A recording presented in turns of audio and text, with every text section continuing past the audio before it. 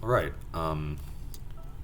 So, Lo, I just wanted to give some commentary on my recent arcade 1cc of the original mode of Mushihimesama. Just talking over some of the routing and strategies that I used to get the 1cc. A lot of it isn't optimized, so I apologize for that, but hopefully this could be helpful to anyone trying to clear the original mode. So yeah, none of this is scripted or anything, just watching the replay of the Steam version, I should mention that, and just trying to point out some of what I did or what I was thinking about to get the clear. So stage one, as we're seeing here, there isn't really too much to it, and I don't really pay attention too much when playing stage one because there's a lot of resets involved. I think the biggest thing is just destroying these giant ladybug windmills and getting all the gold or the treasure inside of them, and then just being a little bit careful with taking out the popcorn whenever they spawn. But besides that, this stage is pretty straightforward. If I don't no miss this stage, I typically reset because at that point it's only a couple minutes. So there isn't really too much to it. On this section, you just want to take out the large, the keystone enemies whenever they appear, just so that they don't linger on the screen and, create issues for you further down the line. Right, and here we get into the stage one boss, which is pretty straightforward. You just want to make sure that you're staying in the gaps and kind of taking things a bit slow. Use focus shot to slow down your movement when you can. I should mention I'm also using the super shot here, just to kill the boss a bit faster. I binded the rapid shot button to one of my arcade stick buttons just to make it a bit more consistent. That last pattern there sometimes gets me, but if you take things slow and really, are really careful, then you can dodge it without needing a bomb or anything. But yeah, it can be a bit tricky to learn, so definitely watch out for that last pattern there. Going into stage two, it's also relatively straightforward. There's a couple tricks that you can choose to do with these dandelions, I believe. If you sit on top of them while they're not firing at you, shooting with your full auto shot, then they produce a bunch of treasure for you for as long as you can stay on top of them. That's one of the few scoring tricks I think are present in this game, and I think it helps with getting your extends a bit faster. But for the purposes of the survival run and the fact that I've attempted them many times and sometimes die trying to do that trick, I opt to not do it here. This mid-boss, this first pattern, if you're not careful, can clip you sometimes, which is kind of annoying. But usually it's not too bad. You can see here I'm also abusing the super shot to really take this thing out pretty quickly. So that wasn't too big of a deal, although sometimes it can give a bit of trouble and lead to a reset or two. Here it seemed to work out fine. Right, and so we're coming up on this section where these giant sand bugs they give you screen clears if you kill them. So I don't really route this very effectively. I don't think there's too much of a need in original mode. But they definitely help killing them as soon as you can because they stop putting bullets on the screen, and also, they help clear anything that might have been firing at you. So, that's always nice. And here we're coming at the end of stage two. That big beetle enemy, it fires, the bullets that it fires are quite quick, so you want to make sure to take them out as soon as possible. But here's the stage two boss. Make sure to take trace here, or I make sure to take trace here, formation here, because it really helps in stage three. There's another scoring bonus on this boss if you leave all of the legs intact, because they fire some little projectiles at you, some little bullets at you, but for the purpose of survival, I just wanted to get them out of the way as soon as possible. This next pattern here, after that pause, is kind of tricky. I don't like dodging it. I'm pretty inconsistent at it, so I just bomb. But I actually did it a bit too early, so it was a little risky because that pattern kind of finished up, and I still had to dodge part of it, so I got kind of lucky there. And then the final pattern, which you saw very briefly, it's very easy to dodge. You don't really need to do anything besides, shoot it in the face. And that's basically the end of stage 2. If I no-miss the first 2 stages, I typically, they feel like I'm having a good run so far. Stage 3 is where things really get a bit more difficult, and it's where a route to practice really comes in handy. There's a lot of places where, you die to things clipping you or, to popcorn enemies if you don't anticipate where they're going to be. And so that's sort of something to consider. And I'll point out specific areas that are important to take note of throughout this run. Or throughout the stage, I should say.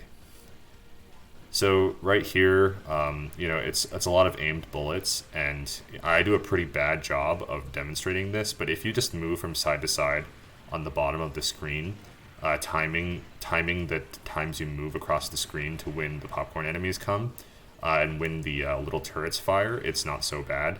But that part really got me, when I was first starting out trying to clear this mode. I found that part very difficult. So you briefly saw that moth enemy there, but they fire really fast bullets, so you want to take them out as soon as possible. So if you want to slow down the video and watch that part again, that sequence was very planned by me to minimize the amount of bullets they put on screen. Same with these wings that I just, everything's so fast, but the wings give you a screen clear, so you want to make sure to take them out in a timely manner so that they disappear quickly. And they don't put things out on the screen. So all of this was, figured out through watching videos and also just practicing a bunch myself. But you can get this part pretty consistently if you, know what to take out at what time. This moth coming up right here always gets me, but this time I got kind of lucky. There's going to be another one coming up that is also kind of difficult to dodge sometimes. You can see I kind of, did a risky cutback there, but it happened to work out.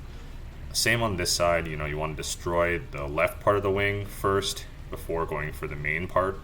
Each time you destroy a piece, it gives you a screen clear, and you can kind of use that to your advantage here, much more than in stage 2. Sorry about that. Right. This part of the stage, one word of warning is that on the right side, if you don't hug the right side enough, popcorn, these like white enemies can spawn and shoot take a pot shot at you, and oftentimes it gets me like that, so just want to be careful. So one of the reasons why formation is very good in this stage is because you can kind of sit in the middle and fight this sort of mini boss with full auto, because then it kind of takes out where the white enemies spawn in this part and makes it a bit more manageable. But the sequences are so quick that it's kind of hard to explain as it's happening.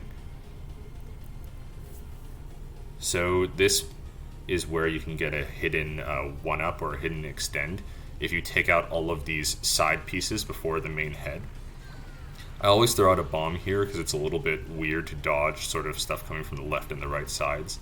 But you can see here that I destroyed all the pieces, and then I go take out the head and the 1-up should appear. So that's always very helpful. And here I have 4 lives now, which is always nice. It's a little bit of a, you have them banked so that you can waste them all in stage 5, as you'll see later in the run. So this first pattern, you can dodge it with just some, with your focus shot. So, pretty consistently. So that's sort of what I do here. When the bullets start to sort of spread out and change directions in the pinwheel formation, that sometimes gets me. So I think that's why I had to practice it a lot. But the reason why I don't bomb there is because the second, this pattern right here, is a bit more difficult for me to dodge. So I save my bomb, or I save a bomb, I should say, for that third pattern. And if you bomb it, then, the last one doesn't really stay on screen for very long at all, and you can breeze through the stage 3 boss. So if you make it to the stage 3 boss with, in reasonable shape, then the boss itself isn't as hard as the stage 3, I should say. Or I would say. So now we're looking at stage 4. The one thing to note is you want to take out I call it the bird poop, but the bird poop on the cliffs, those sorts of enemies as soon as you see them, because they fire a lot of bullets at you. So I'll point it out the next time they show up. This enemy right there, the giant spider, if you stand still and maybe do a micro dodge if you're out of position, you can dodge most of the fast moving bullets, so that's nice. So here's the bird poop again. I always kind of try to stream, going in one direction, making sure I take out all of it, because if you leave them on screen, it's really bad. These beetles appear, in that sequence, and if you focus shot them, then they die before things really become a problem. Here's kind of a risky maneuver there. That wasn't planned. Got really lucky. But you can see that I stood still and was able to dodge the quicker pattern. So you can see on the bottom right, there's these little, or they disappeared now, but there are these little underwater minions that take pot shots at you if you're not careful. So always look out for those during that beetle sequence. And here's the mid-boss. I'm sorry, we're going really quick here. Generally, it's quite easy. You just have to do a bunch of these micro dodges. You can consistently get it if you just practice. So this pattern, it's kind of unpredictable, but I was able to get it that time, and I got the last score extend as well, I just noticed. So that mini-boss takes a little bit of practice, but I think the main difficulty was that last pattern. Here you want to make sure you just take out all the little underwater enemies and the beetles as soon as they appear, and then the bird poop. I guess just the routing is mostly knowing, when things come up and at what time. So I have Trace here, which is kind of not ideal to take out or to do this dragonfly sequence, or the snake enemy sequence, whatever you want to call it, because it deals with the popcorn less effectively. But thankfully, just knowing where the dragonflies will be and having a consistent route through it, this part actually isn't very difficult. So more bird poop. And, one thing I should mention is that destroying the tails of these dragonfly enemies rewards a full screen clear, which is really nice. So I kind of use those when I need to get to different parts of the map. So you can see there I used the screen clear to weave to the bottom right, so I can get in front of the dragonflies and kind of destroy them as I go along the stage. Here I'm going to do it again and go to the right. So there are little areas. Oh, that was a little dangerous there. Little areas where the popcorn enemies will appear, and you want to make sure you take those out while you're handling the dragonflies, just to make it easier. So I don't even. One thing to note here is I don't even pay any attention to the dragonfly in the bottom left. You don't really need to. If you stay in this bottom right corner, you can take out these two dragonflies simultaneously, and it makes this last part of the stage very consistent. Right, and you can take out both of them too, which is kind of nice. So the stage 4 boss is kind of random for me. This first pattern, you're not quite sure when those walls of bullets will fire. Here, it was kind of nice. It fired after the first 3 shots, and only fired once. I now misdirect the second pattern so that I make this quick weaving sequence a bit easier. And then this third pattern here, I kind of just bomb it because it's scary and I don't really know how to dodge it. And then it goes to the next phase right afterwards, so it's kind of nice. This pattern is dodgeable with some practice, so I leave it. This is a micro dodge. And this is sort of where I get really annoyed, because you can see on the bottom left that one small enemy just took a pot shot and just got me square in the face, and so I get my first death there. But overall, this is one of the best runs I've ever had so far. I don't think I've ever made it into stage 5 with 4 extends, so I'm feeling pretty good. Besides that small pot shot, that's why I say the stage 4 boss is a little random, because those little enemies that appear in that one attack are really brutal.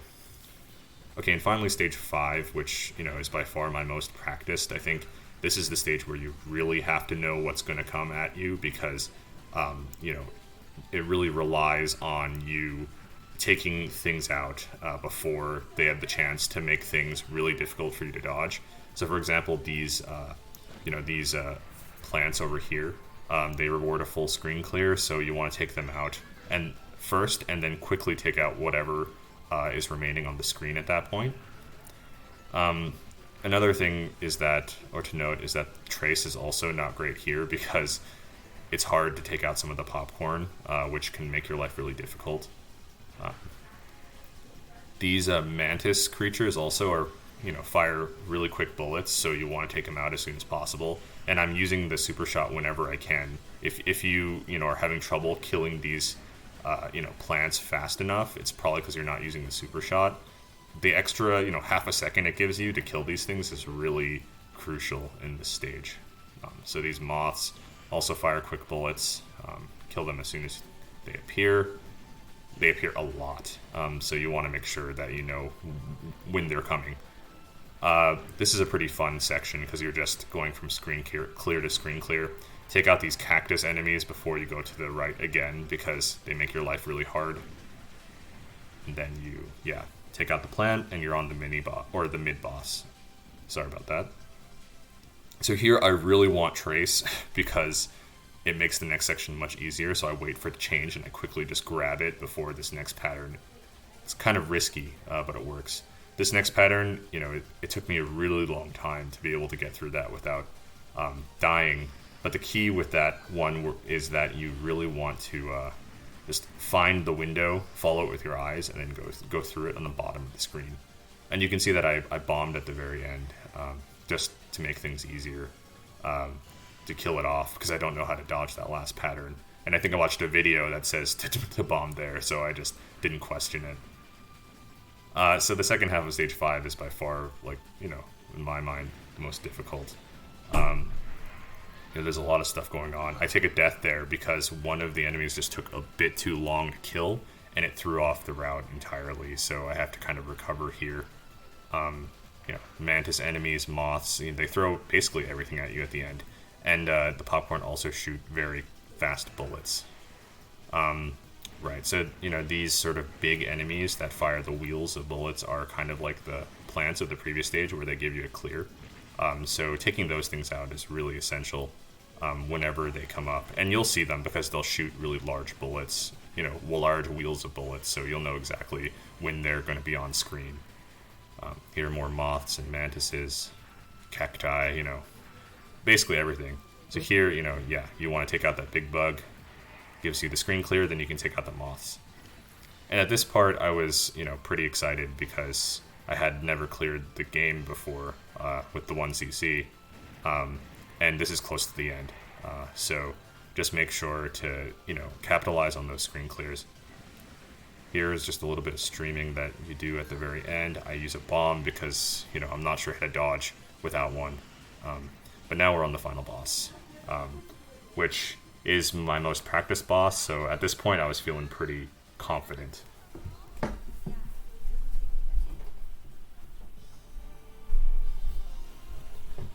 So starting off with a super shot, this first pattern isn't super hard to dodge. I stay in focus mode the entire time just to make things a bit more, my movement a bit tighter. The second part is also easy to dodge, but I bomb right here because I don't know how to dodge that, and it doesn't seem like people can do it consistently anyway. Take a death there, I just wasn't focusing, I suppose. I could have avoided that, but I was really surprised to get hit by that. This part I kind of redirect the walls of bullets, make things a bit easier for myself, and I bombed through that last pattern as well, but I do it a bit too quickly, so I still have to dodge part of it. That was a pretty big mistake, but I didn't have to pay for it, which, was really lucky. And then, I apologize for not being able to show how to actually deal with this pattern, but because I had bombs at the end, I just, I took that opportunity to just use everything else. I'm actually not sure if it would have given more score to not use them, but I think, banking the 2 lives, because if you clear the game with extra lives, it gives you a lot of extra points. I think it's like 10 million, something like that. I think it's 10 million. So I just really didn't want to die at that point. And I hadn't cleared the game before this, so having 2 extra lives was pretty good result, in my mind. So yeah, I mean, that's the clear. I think if I had to end with some advice, if you wanted to clear this yourself, as far as the super shot is concerned, it's really crucial, I think, in a lot of parts of the game. The end of stage 4 with the dragonflies, and stage 5 in particular. So, I would bind that rapid fire button, and look up how to do it. I think on S type, the S type ship, it's like trigger interval 3 and then something 2. I know that there's a 3 and a 2 in there. Apologies, but you can find that on the internet. By using those settings and binding the rapid shot was really, made things really, really much easier and much smoother in playing this game. Because when you rely on mashing, sometimes you have off days, sometimes you're not consistent with your mashing, sometimes it's more difficult to, or your hand gets tired. And that sort of can cause a lot of frustration because your routes aren't as consistent and you're not quite sure, is this something that I'm doing because of the route, or the route's not right, or because I'm not executing properly. So binding the rapid shot there and then holding down full auto and the rapid shot button will get you the super shot, and it really helps. I think that was single-handedly the thing that made me much more consistent and helped me manage this clear. That was just some commentary on how I achieved this. So yeah, thanks for watching.